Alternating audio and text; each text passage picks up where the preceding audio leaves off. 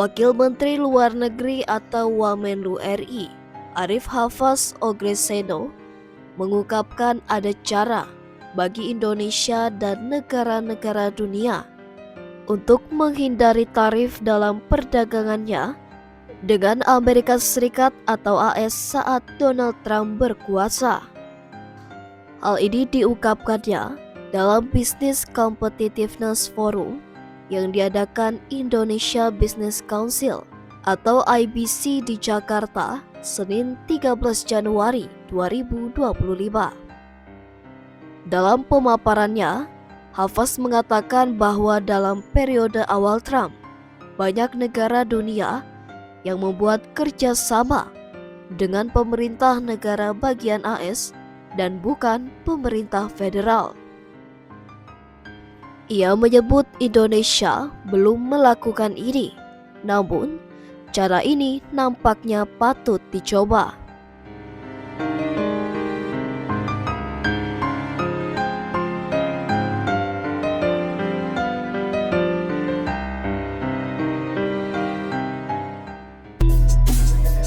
Pemerintah Presiden Prabowo Subianto memastikan akan menempuh jalur bilateral dalam menghadapi ancaman kebijakan Presiden terpilih Amerika Serikat Donald Trump terkait dengan pengenaan tarif perdagangan yang lebih tinggi.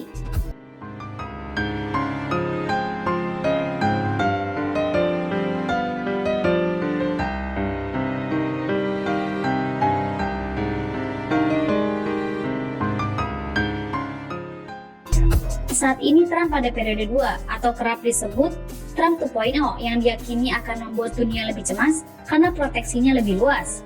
Tak hanya melawan Cina, Trump juga berkomitmen untuk mengurangi defisit dengan negara-negara yang selama ini menyumbang defisit dalam jumlah besar.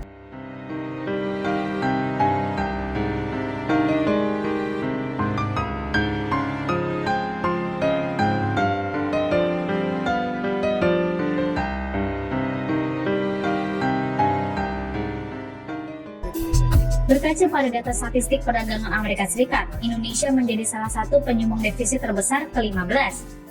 Menko Bidang Perekonomian Erlangga Hartarto menuturkan, Amerika Serikat sudah mengenakan tarif ke Indonesia.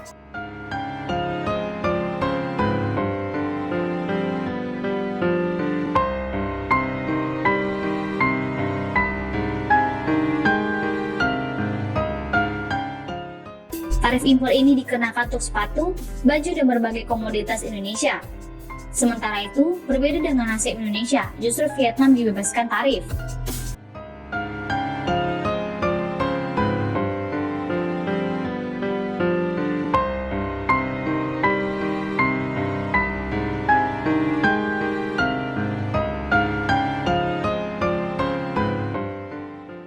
Kendati demikian, Erlangga menegaskan Indonesia akan melakukan kerjasama ekonomi bilateral agar mendapatkan penurunan tarif. Diketahui, bilateral bisa dalam bentuk Free Trade Agreement atau FTA atau format lainnya.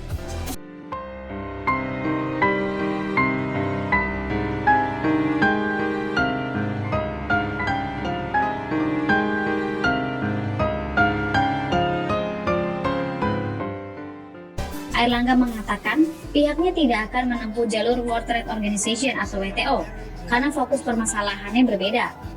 Di sisi lain, dampak paling terasa di Asia kemungkinan besar akan terjadi melalui kebijakan Trump terkait perdagangan, di mana ia mengancam selama kampanye untuk mengenakan tarif 60% pada produk-produk Cina dan tarif universal sebesar 10 atau 20%.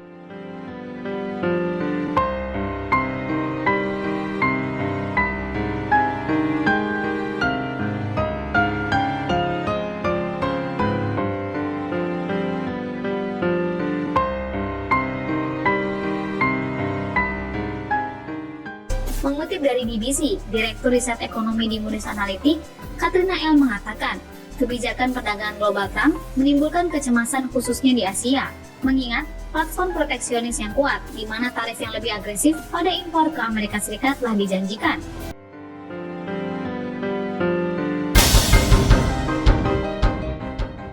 Hafaz menambahkan bahwa saat ini dunia menghadapi tantangan dari 3 titik yang saling terkait, yakni Trump, perubahan iklim, dan perang Rusia-Ukraina. Ia mencontohkan tentang dilema yang dirasakan oleh negara-negara Eropa yang dikenal aktif dalam isu lingkungan.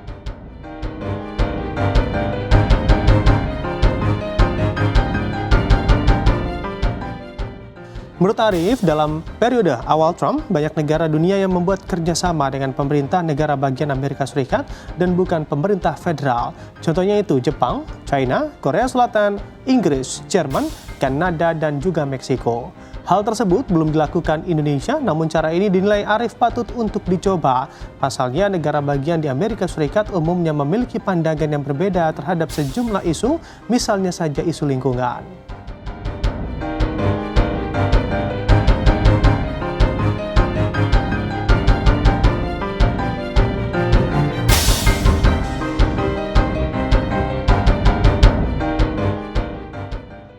Lebih lanjut, Hafaz menyebutkan bahwa sebelum perang ini, meminta dana hibah dari Eropa saja sudah cukup sulit. Ia menambahkan bahwa situasi kesulitan Eropa karena perang dan tarif Trump patut diperhatikan karena dapat kembali menyulitkan proposal hibah yang diajukan RI.